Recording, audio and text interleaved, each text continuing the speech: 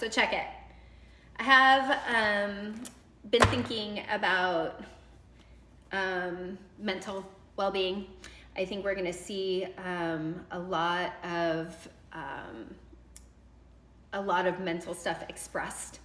Hi, Tammy. Hi, Casey. Casey, I think you texted me and I never texted you back yet. I'm so sorry, and I love you, and it was the best text on the planet, and I've been not good about getting back. Hi, Nicole. Great to see you. All right, so listen, I've been thinking, I'm glad you guys are here. So I've been thinking about just the toll of COVID on mental health. Who hasn't been thinking about that? My own and others. And a lot of my work in the world is to normalize the human experience, right? Is to teach that we have a human design, and that's the truth of our existence. That's found in God. But we're also living in our human condition, which is apart from God.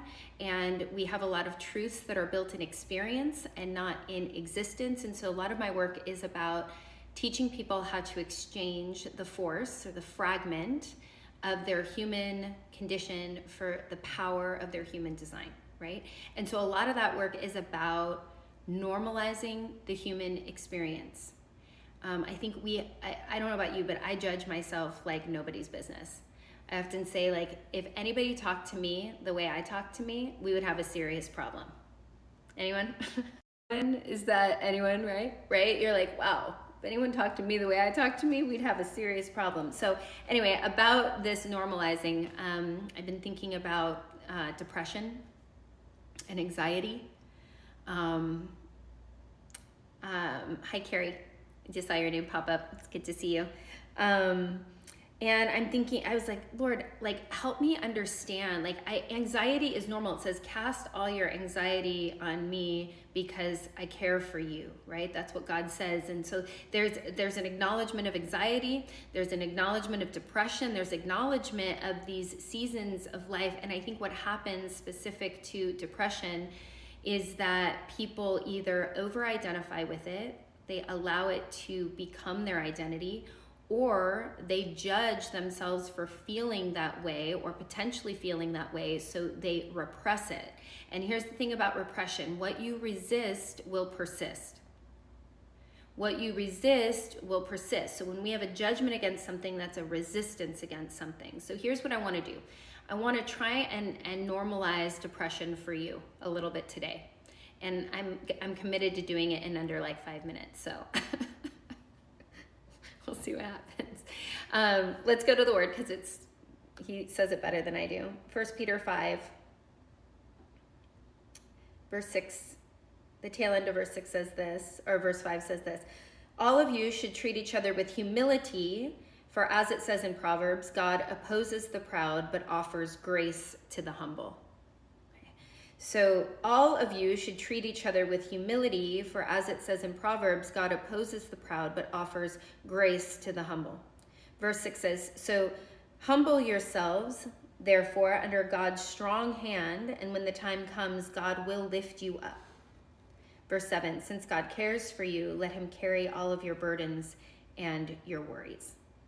Okay, so what's interesting about this word, so humble yourselves, the word humble is a verb in the Greek, so it's an active, so it's a moving, it's something that we're doing, right? And it's this: to make low, to level, to reduce, to plane, to abase, to lower, or wait for it, to depress. And then it goes on to say underneath, to depress. Okay, so it's got a number of different meanings. When you study the root of this word, it's got a number of different meanings. It says to depress of one's soul, to bring down one's pride, and also to have a modest opinion of oneself. So here's what I want to say to you. Like, when you experience a depression, we have to understand that it is God's mighty hand that will wait upon us because he loves us. He wants us to understand that he has it. That we don't have to go and make a way, that God himself is still the God of the universe, still the God that holds it all together. And it goes on to say, cast your anxieties on him because he cares for you.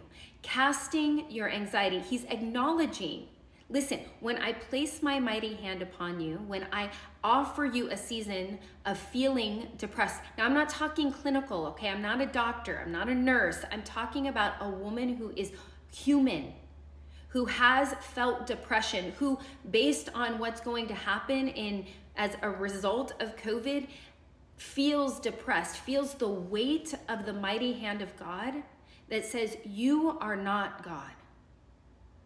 So we have to humble ourselves, because we understand that when we humble ourselves, when we make low, when we yield the part of us that wants to rise up, right? When that part of us is pressed down, we will feel depressed. We will feel, because that's what it says. We will humble ourselves under God's mighty hand so that when the time comes, God will lift us up. Right? It's to the depression, I think, because it's got such a stigma, what happens is when we feel depressed, we either go, oh my God, this is me, and we take it on as our identity, as I previously said, or more often, we resist it. We go, we don't want to feel it. The idea of depression, the idea of short-term depression, the idea of the dark night of the soul is that we would recognize that we can trust God, and that we can trust God, and that we're not God. And that in the right time, God will lift us up. But there's a season and a reason for the depression. And if we are resisting because we have a stigma about it, we don't want to be it, we don't want to feel it, we're embarrassed, we have all these feelings around it, then we are going to resist it, and the resistance will make it persist in our lives. So, as we're moving through this next season, this next expression of trauma, because 2020 has been very traumatic. 2021 and even into 2022, we will need tools like this. We will need a reminder of who God is, and that all that we're feeling and sensing, all the anxiety, all the depression, it has to resonate as normal. Not that we would bear the weight of it and become depressed, but that we would receive the gift that potentially the pressing in yields. Anyway, I hope that normalizes it for you, that if you're feeling certain things, like, it's okay. It's under God's sovereign hand, and he will lift you up in the right time. Here's what I don't want you to do, is resist the feelings of depression. And I also don't want you to over-identify with them, where they become your identity, where you can't get out of it, where it's the main focus. Let God be your focus. Get after grateful and let him do his work. Okay. I hope that's helpful. I hope that makes you feel normal. Because you normal. I know probably no one in your life would tell you that, but I'm telling you that. All right. I love you guys. And I hope you have a great day. Goodbye.